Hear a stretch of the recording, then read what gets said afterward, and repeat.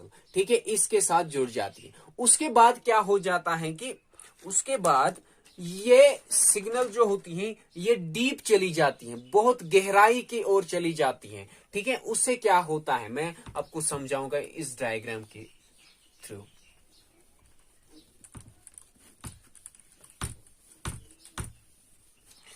क्या होता है कि ये मान लो आप ये यहां पे आपको सार्कोलीमा है, क्या है, sarcolemma, that is cell membrane है यहां पे सिंपली। तो क्या होता है कि जो ही यहां से सिग्नल आ जाती है एसिटाइल कोलिन के वाया, तो ये डीप चली जाती हैं, तो ये टी शेप फॉर्म करती हैं। क्या करती हैं? टी सिस्टम और टी शेप इट फॉर्म्स, ठीक है। उससे क्या हो जाता है, इस टी शेप होने से क्या होता है, ये सिग्नल बहुत डीप चली जाती है। क्या चली जाती है? बहुत डीप। कहां की ओर चली जाती है? यहां पे होता है एंडोप्लाज्मिक रेटिकुलम, जिसको हम यहां पे कहते हैं सार्कोप्लाज्मिक रेटिकुलम। जो सार्कोप्लाज्मिक रेटिकुलम होता है, सार्कोप्लाज्मिक रेटिकुलम तक ये सिग्नल आ जाती है, इसीलिए इसको टी सिस्टम बना लेने पड़ते हैं। तो उससे क्या फायदा होता है, जो यहां पे कैल्शियम आयन्स होते हैं, जो कैल्शियम आयन्स का स्टोर होता है इनसाइड दिस मसल फाइबर, वो बाहर आने शुरू होते हैं। कहां की ओर? साइटोप्लाज्म की ओर वो आने शुरू होते हैं। जो ही वो शुरू आने होते हैं साइटोप्लाज्म की ओर, आप जानते हैं यहां पे क्या होते हैं, एक्टिन के फिलामेंट्स होते हैं। क्या होते हैं? एक्टिन के फिलामेंट्स, जिनको ग्रू बना हुआ होता है, जिनको ग्रू बना हुआ होते हैं, दैट मीन्स होल, जो मैंने कल भी आपके साथ डिस्कस किया। उसके ऊपर इनको मास्क किए हुए होते हैं ट्रोपोमाइसिन, ट्रोपोमायोसिन इनको मास्क किया हुआ होता है। तो उसके बाद मैंने आपको बताया कि इनके 3 प्रोटीन्स होते हैं, रेगुलर प्रोटीन्स, जो कॉम्प्लेक्स प्रोटीन्स रेगुलर इंटरवल्स पे मौजूद होते हैं, जिनमें मैंने बोला ट्रोपोनिन आई होता है, ट्रोपोनिन सी होता है और ट्रोपोनिन टी होता है। तो ट्रोपोनिन सी जो होता है, ट्रोपोनिन सी इसको क्या करता है, वो गवर्न करता है इसी ट्रोपोमायोसिन को, जिसने मास्क किया होता है इनको, किनको? एक्टिन फिलामेंट्स को, दैट मीन्स एफ फिलामेंट्स को, या इंडिविजुअल जी एक्टिन्स को उसने मास्क किया हुआ होता है। तो क्यों मास्क किया हुआ होता है? क्योंकि जो ग्रूव्स होते हैं, जो वहां पर होल्स होती हैं, कैविटीज होते हैं, उनको इन्होंने मास्क किया हुआ होता है। फिर क्या होता है कि जो ही ट्रोपोमायोसिन ने किया होता है ये, फिर जो गवर्न करता है इसको ट्रोपोनिन सी, ट्रोपोनिन सी क्या करता है, वो इसको हटा लेता है, इस मास्क को। तो वहां से क्या आ जाते हैं? Calcium ions. Calcium ions, with the help of the calcium ions, जब इनकी कंसंट्रेशन साइटोप्लाज्म में बहुत ज्यादा होती है, तो क्या होता है कि जो यहां पे क्या होते हैं, ये यहां पे हमें प्रेजेंट होता है मायोसिन के फिलामेंट। जो मायोसिन का फिलामेंट होता है वो फिर जुड़ जाता है किसके साथ? वो फिर जुड़ जाता है इन एक्टिन के फिलामेंट्स के साथ with the help of troponin C.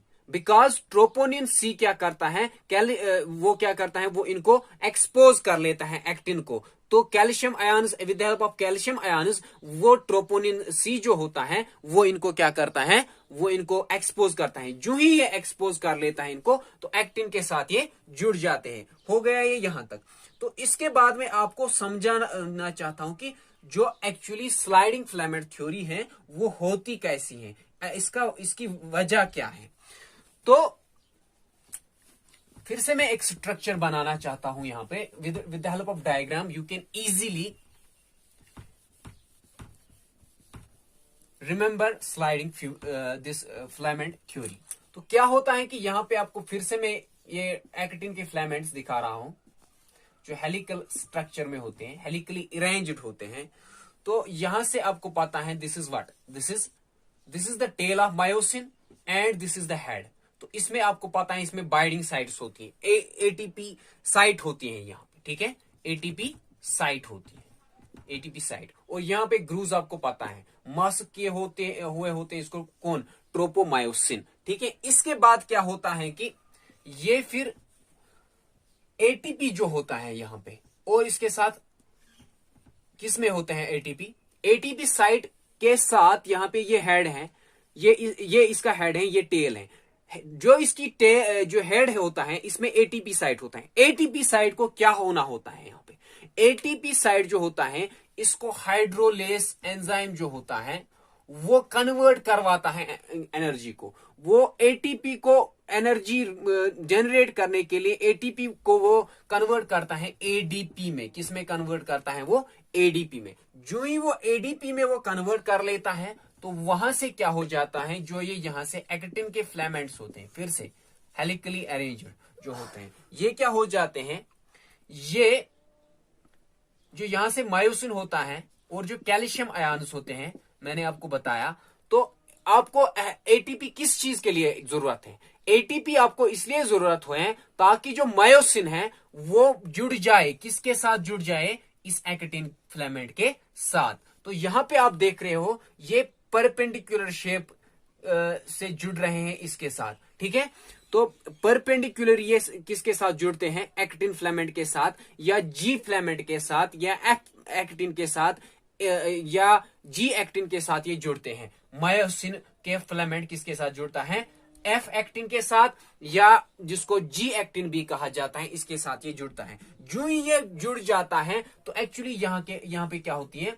Formation of cross bridge occurs. What occurs? Formation of cross bridge occurs. Formation of cross bridge जब होती है तो क्या हो जाता है कि यहां पे फिर ये एक दूसरे के साथ इस तरह से जुड़ जाते हैं, जो ये परपेंडिकुलर शेप होती है, ये फिर क्या हो जाती है? फिर एक्यूट एंगल की शेप इख्तियार कर लेता है। तो इतना ये मतलब क्या होता है कि इतनी इसमें क्या होती है? चेंज होती है इस फिलामेंट में, मायोसिन फिलामेंट में। तो फिर क्या होता है कि ये एक दूसरे के साथ इस जो ये चेंज होती है इसकी शेप, मायोसिन की पहले ये परपेंडिकुलर शेप थी, फिर एक्यूट एंगल की शेप इख्तियार करता है, फॉर्मेशन ऑफ क्रॉस ब्रिजेस बनते हैं। तो इसको हम कहते हैं, क्या कहते हैं?